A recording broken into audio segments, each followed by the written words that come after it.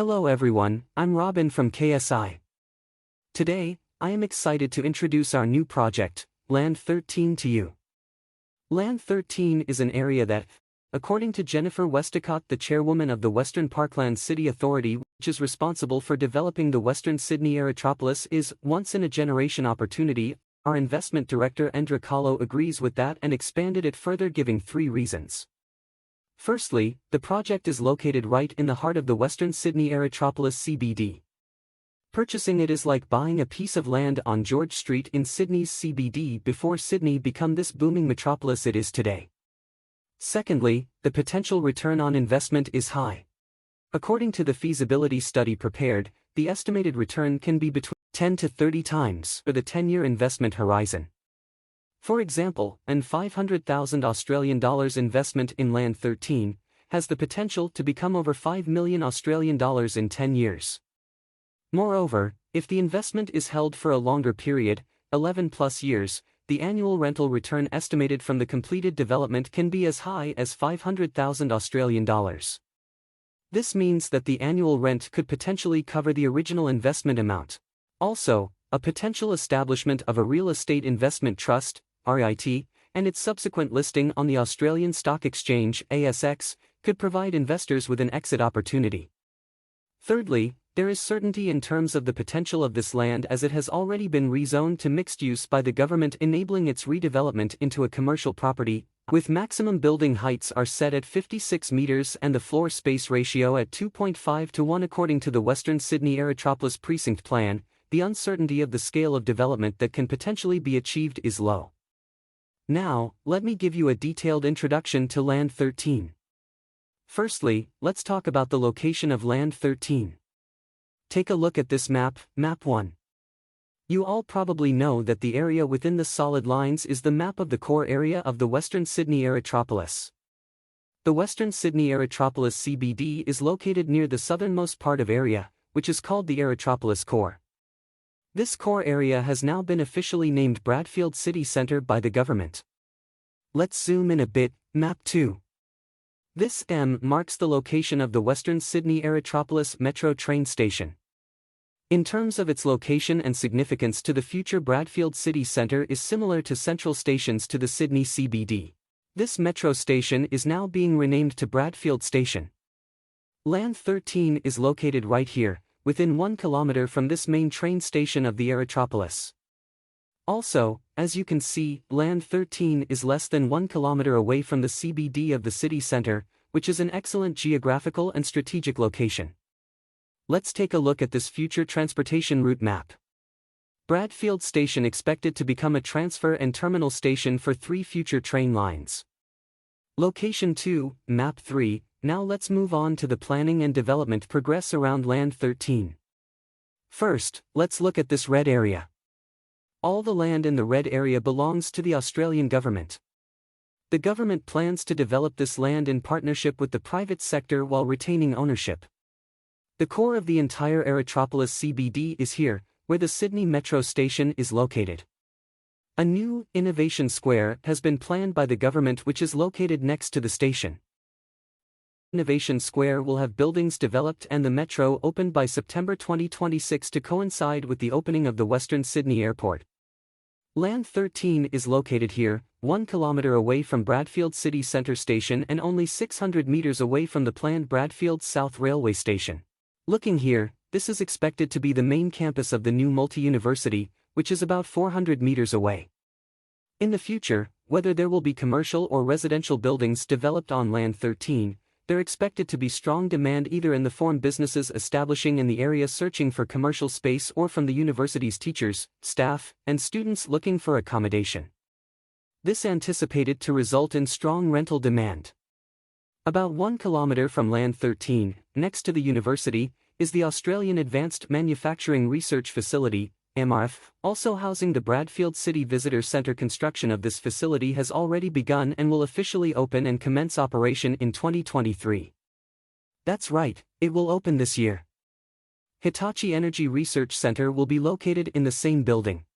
I am now providing a detailed introduction to what expected to be Sydney's third largest CBD, the future layout and buildings of Australia's first 22nd century city.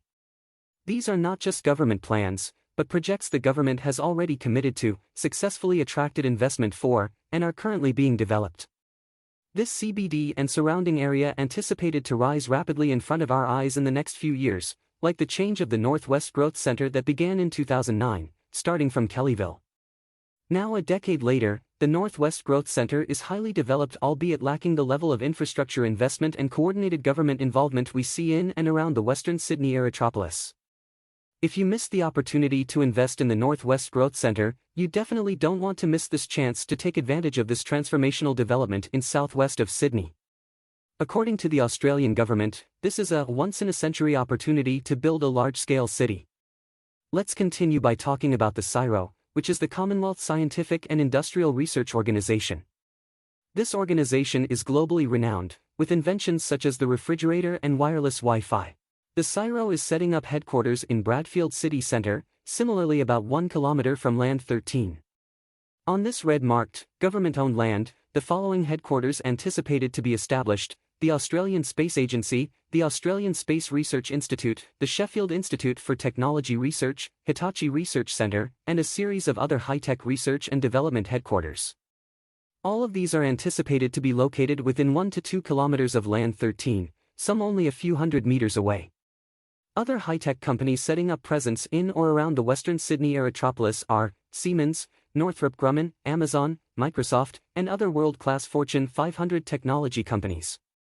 Some of these investments have already materialized, and some companies have already purchased land at different locations, ready to follow the development boom of Australia's first 22nd century city. Some tech companies, such as Amazon's largest logistics center in the Southern Hemisphere, are already open, with over 2,000 robots working day and night, assisting with the speedy door-to-door delivery service in Greater Sydney. Let us now take a look at the planned public facilities. This is an indoor sports facility and aquatic center.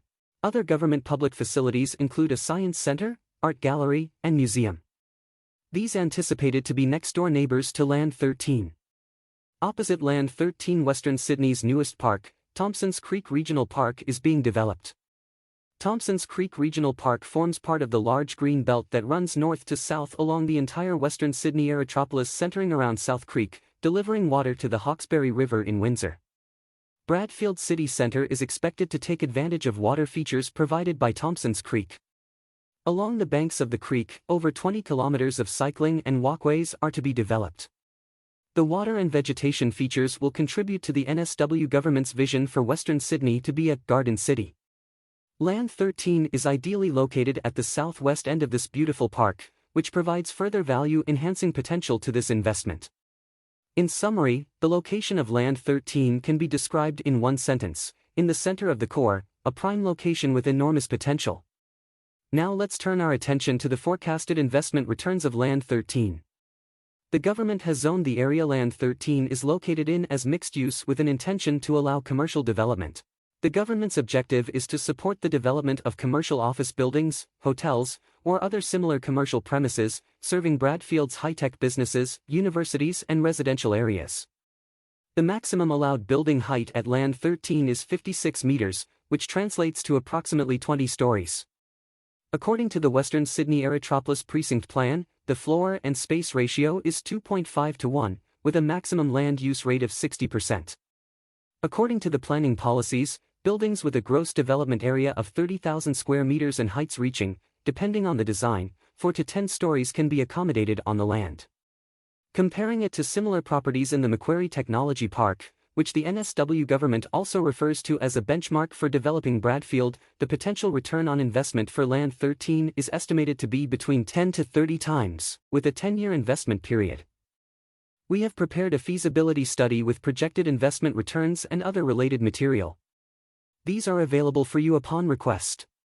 Finally, let's talk about the investment process. The approach of the Land 13 project is very similar to our previous project Land 10, using a wholesale managed investment fund structure. The fund's assets are held by Australia's largest custodian company. The minimum investment amount starts at $500,000 Australian dollars. If you are interested in the Land 13 project, first you need to sign an expression of interest document and pay a refundable deposit of $5,000 Australian dollars.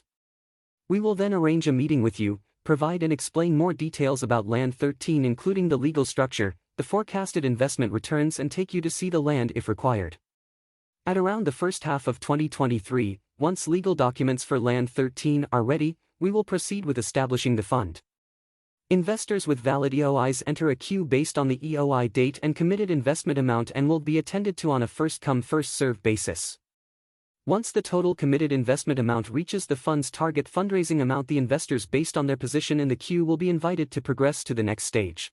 In the next stage, investors will have to sign an application form and pay a deposit of no less than 10% of their committed investment amount, with the remaining balance due within 3 to 6 months, to be determined. Lastly, let's review the planned project timeline for the Land 13. The first phase is the purchase and hold phase, which is expected to run from 2022 to 2024. The second phase is the design and DA application phase, which is anticipated to take place between 2025 and 2027. During the third phase, between 2028 to 2030, the buildings are forecasted to be constructed. Lastly, between 2031 to 2032, the fund is expected to seek an application to be listed on the Australian Securities Exchange (ASX) as a real estate investment trust. If the listing is achieved, investors may be able to liquidate their holdings should they choose to do so. Alternatively, they can continue holding the investment. If they elect to continue, they are expected to receive rental income of the fully completed and leased asset. And $500,000 investment, estimated to have the potential to grow to between $5 million and $6 million. If you continue to hold, the annual rental income distribution can reach $500,000, allowing you to recoup your total investment in 1 year. In conclusion, Land 13 is a land investment opportunity in Australia's first 22nd century city. If you want to invest, please contact us as soon as possible. The available units are very limited, so please sign an EOI form without delay.